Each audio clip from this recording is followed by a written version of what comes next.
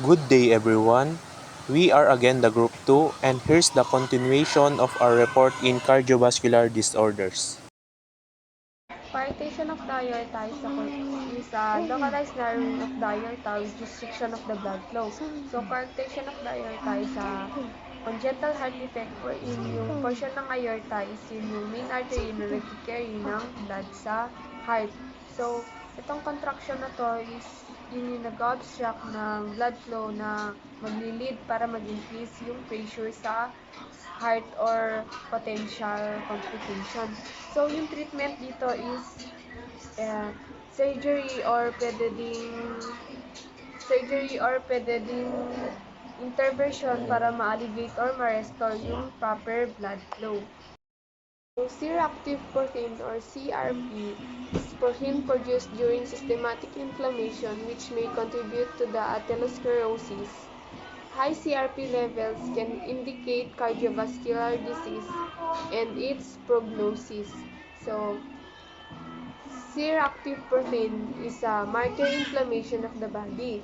So, pag elevate yung CRP levels mo is pwede magkaroon ng inflammation which is a linked various condition including the heart disease. Pag mataas naman yung CRP levels mo is pwedeng mag-increase yung inflammation sa blood vessels, contributing to the atherosclerosis and openly increasing the risk cardiovascular events kagaya ng heart attack.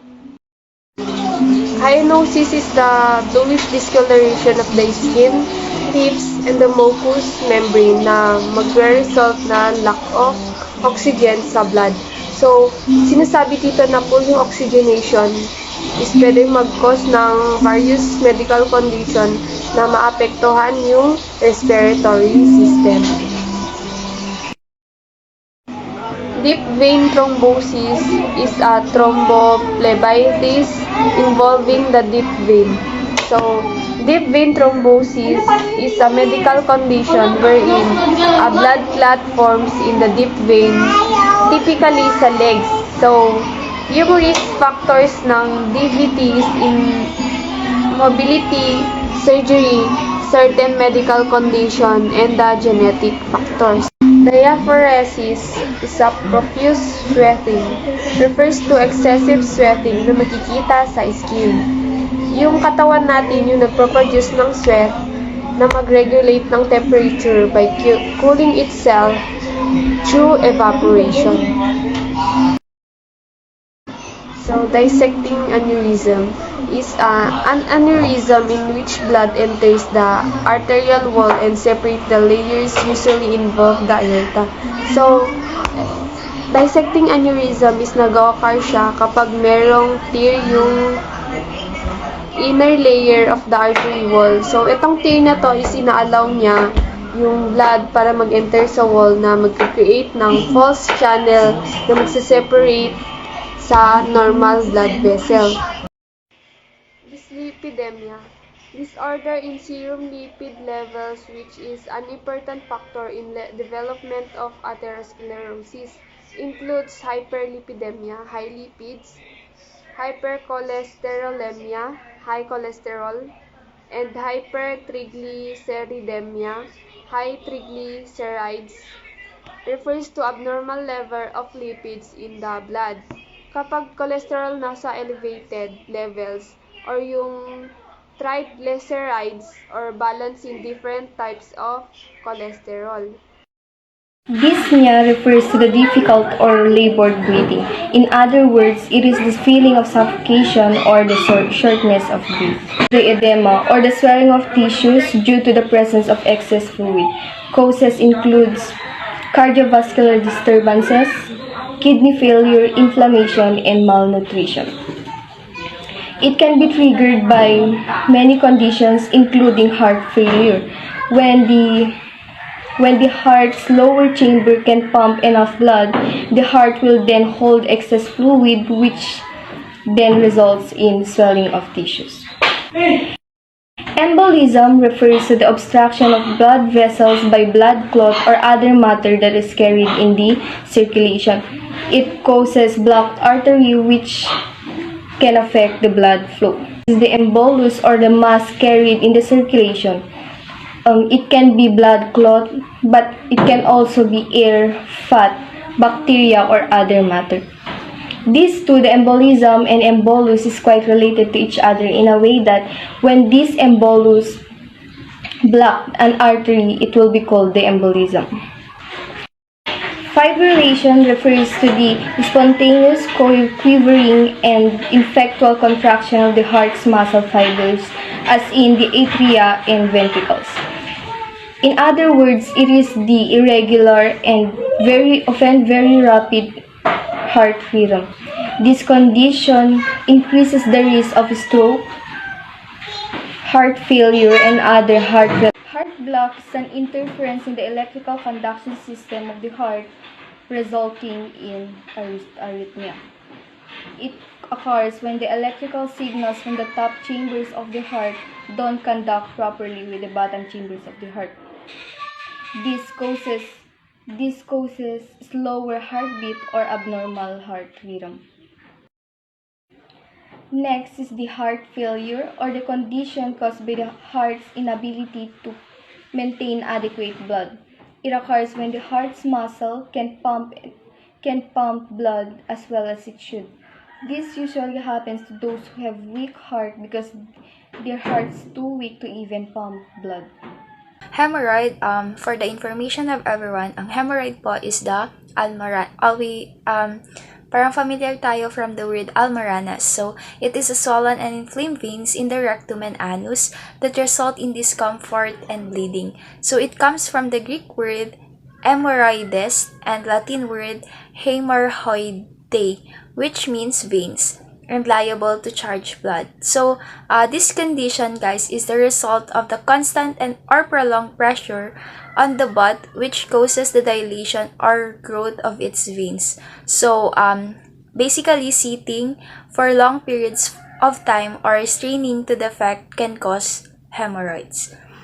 So, guys, we have the two main types of hemorrhoid, which is the external and internal hemorrhoid. So, ang internal is from the prefix word in. So, it means nag-occur siya inside the rectum and it is not visible. So, usually, this kind of hemorrhoid is not serious but can cause bleeding pa rin, lalo na rin in our bowel movements. And this kind of hemorrhoid is nawawala ng kusa.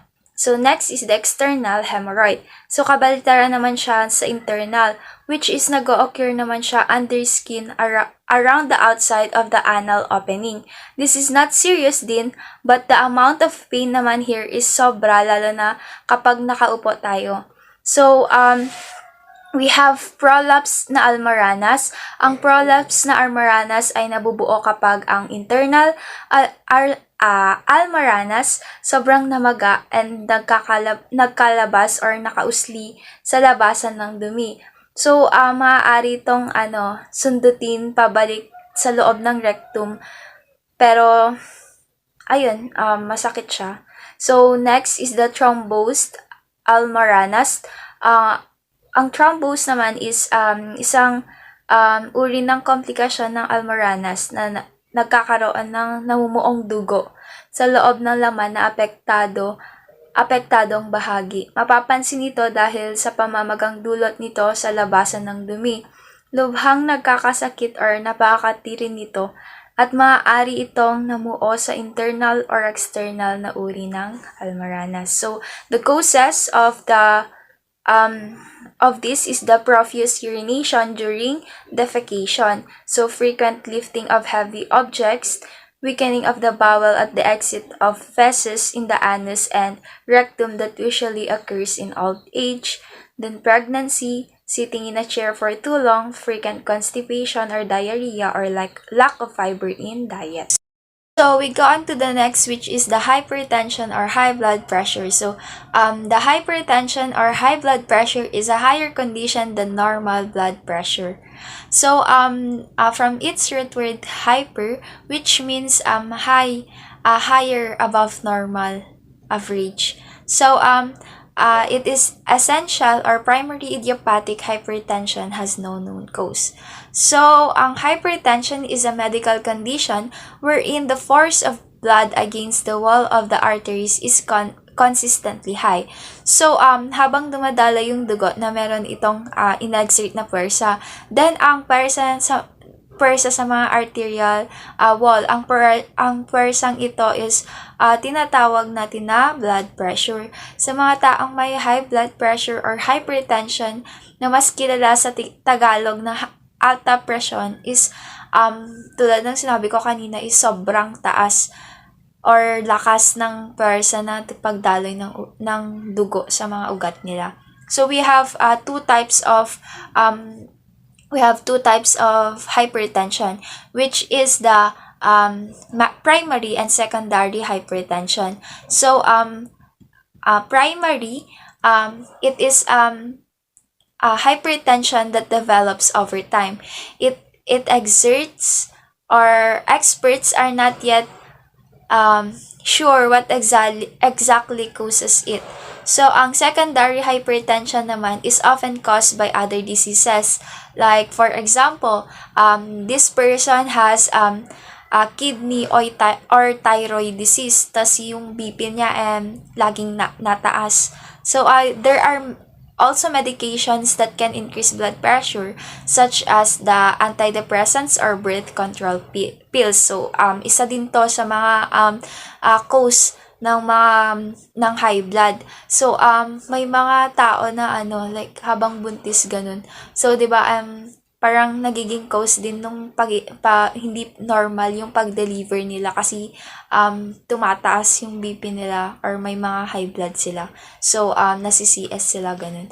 So, this high blood is also referred as silent killer. So, nasabi na ni Sir Josh to nung nag-discuss siya. So, high blood is also known as the silent killer. Why? So, high blood is pwedeng mag-occur sa matanda, pwedeng mag-occur sa mga bata without no known cause, or wala siyang like malalang symptoms, like parang silent killer siya in a way that kunwari matutulog ka lang, then may mga tao na mamamatay without no known cause, and then pag na sasabihin high blood. So, kahit mga bata, may mga bata ngayon na namamatay na din due to high blood. So, hypertension can lead to maraming disease like heart disease, stroke, then kidney disease, or other complications. So, there are many factors that's why people have this kind of disease, such as yung genetic. So, kung yung sa family side mo is marami talagang high blood, there are chances na makukuha mo yan. So, next is the lifestyle factors, which is yung pag-inom, paninigarilyo, or yung pagkain mo, then age, obesity, and many others. So, blood pressure monitor, or we call the sphygmomanometer, is ang number sa itaas ay ang systolic pressure, or the contraction phase of the heartbeat cycle. So, it means yung pressure ng mga artery kapag tumitibok yung puso. Then, ang number naman sa ibaba is the diastolic pressure, where it is the relaxation of our heartbeat cycle, or ang pressure sa mga artery kapag at rest ang puso natin. Next is the infarct. So, an infarct is an area of localized tissue necrosis or death resulting from a blockage or a narrowing of the artery that supplies the area. So, ang infarct is the death of tissue resulting from a failure of blood supply, commonly due to obstruction of a blood vessel or a blood clot, narrowing of the blood vessel channel. So, the dead tissue is we call it the infarct. So, an infarct is a tissue damage caused by lack of blood supply, sabi ko nga kanina, often caused by ischemia. So, nag-occur sa heart, brain, lungs, or intestine. It can occur in specific organ or tissues such as the heart, brain, lungs, or intestine. Infractions can have severe consequences with the extent of damage varying based factors like blood interruption, blood supply interruption, then duration, affected or size of surrounding tissues ability to compensate. So, ang treatment nito is restoring blood flow, addressing the underlying cause and supportive measures.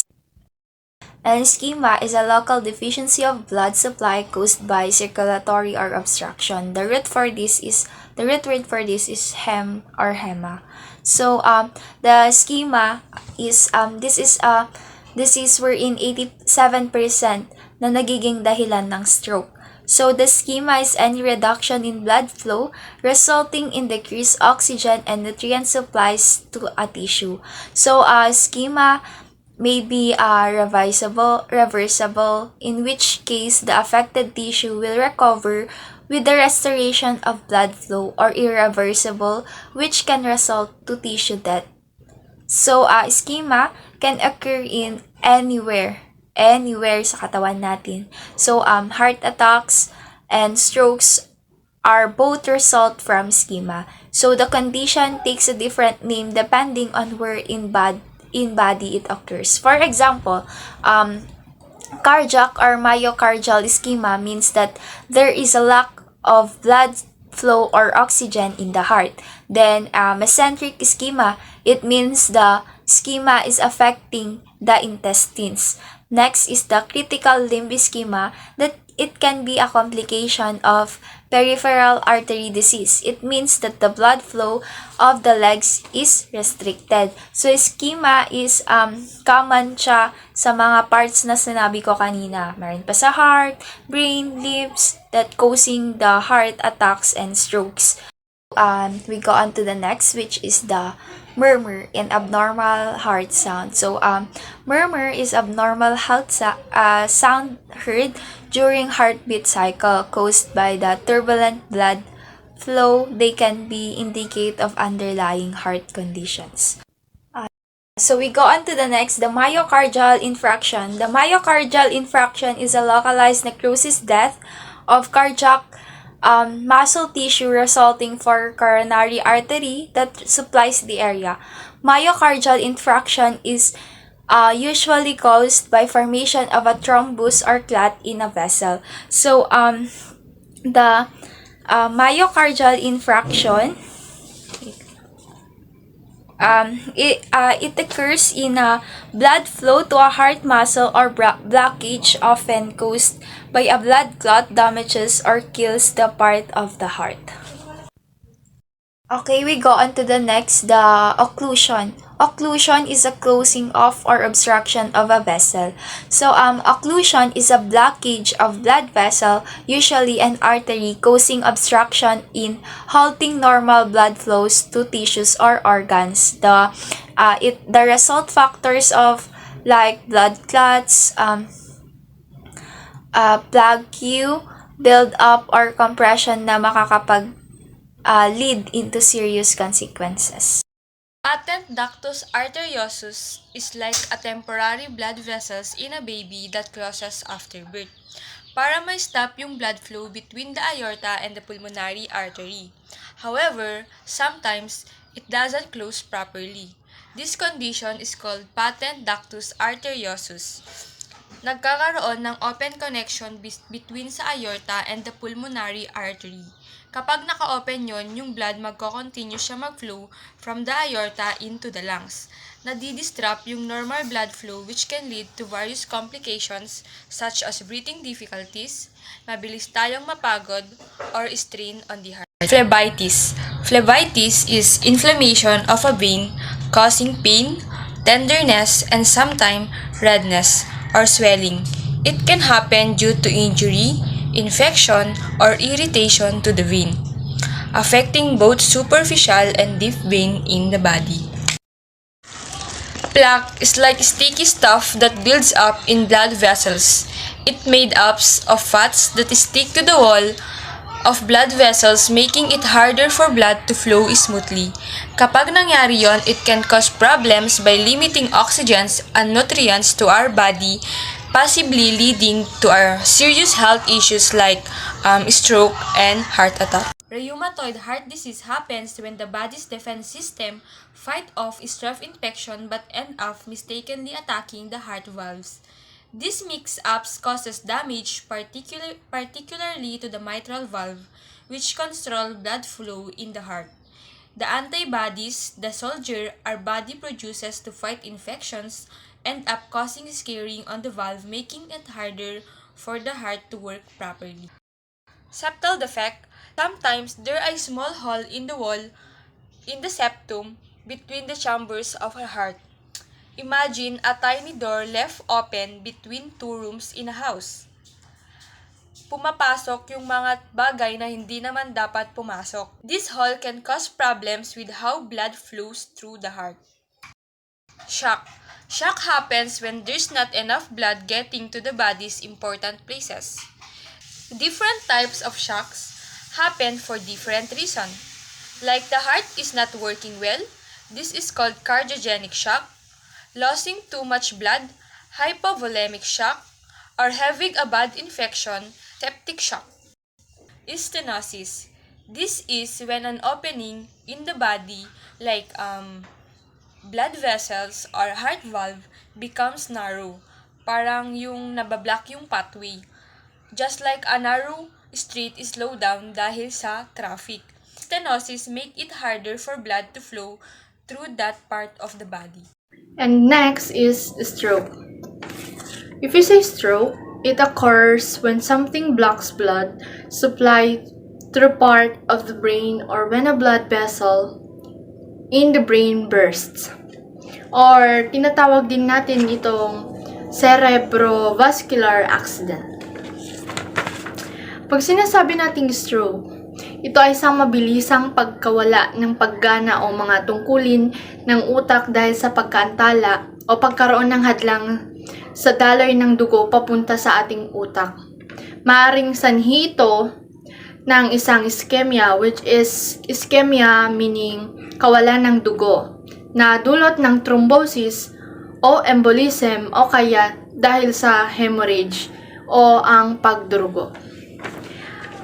Next naman ay ang syncope. Ang syncope naman ay ang pagkahimatay o pagkawala ng malay. Kadalasan itong resulta ng biglaang pagbaba ng pagdaloy ng dugo patungo sa utak o kakulangan ng oxygen na nadadala sa ating utak. Syncope is also a construction or narrowing of an opening. Next naman ay ang tachycardia. Pag sinasabi nating tachycardia,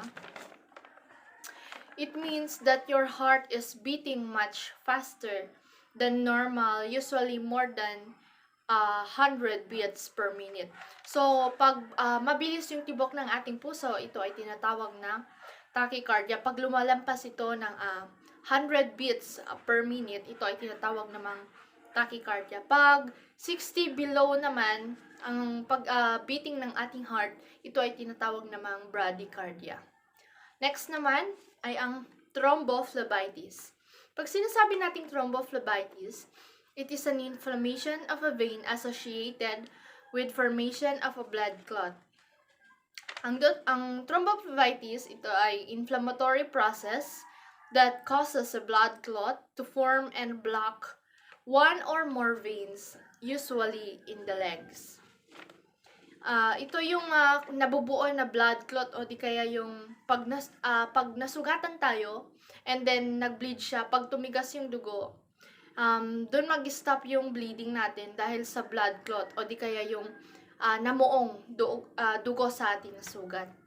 Next naman ay ang thrombosis. Pag sinasabi nating thrombosis, it is a clot known as thrombus. It occurs when a blood clot forms either in an artery or vein. Ang thrombus naman, it is a clot known as thrombus. Normally, your blood clot will only clot if you cut yourself and start to bleed. At the side of the cut, the blood gets thicker and forms a clot to plug the wound so it stops bleeding. Gaya ng sinabi ko kanina na pag nasugatan tayo, pag dumugo yon and pag tumigas yung dugo, mag-stop yung bleeding and yun ang tinatawag natin thrombus. There's a relationship between thrombophlebitis and thrombosis, but they aren't the same thing. Thrombosis is when a blood clot forms inside one of your blood vessels. That means thrombophlebitis is a related process that sometimes but not always happens with thrombosis. And lastly, the varicose veins. Pag sinasabi natin varicose veins, it is a twisted and swollen vein resulting from breakdown of the valves, pooling of blood, and chronic dilation of the vessel, also called varix or varicosity. Varix or varicosity. Ang varicose veins, ito ay nakaumbok na kulay green o violet na ugat sa binti ng isang tao.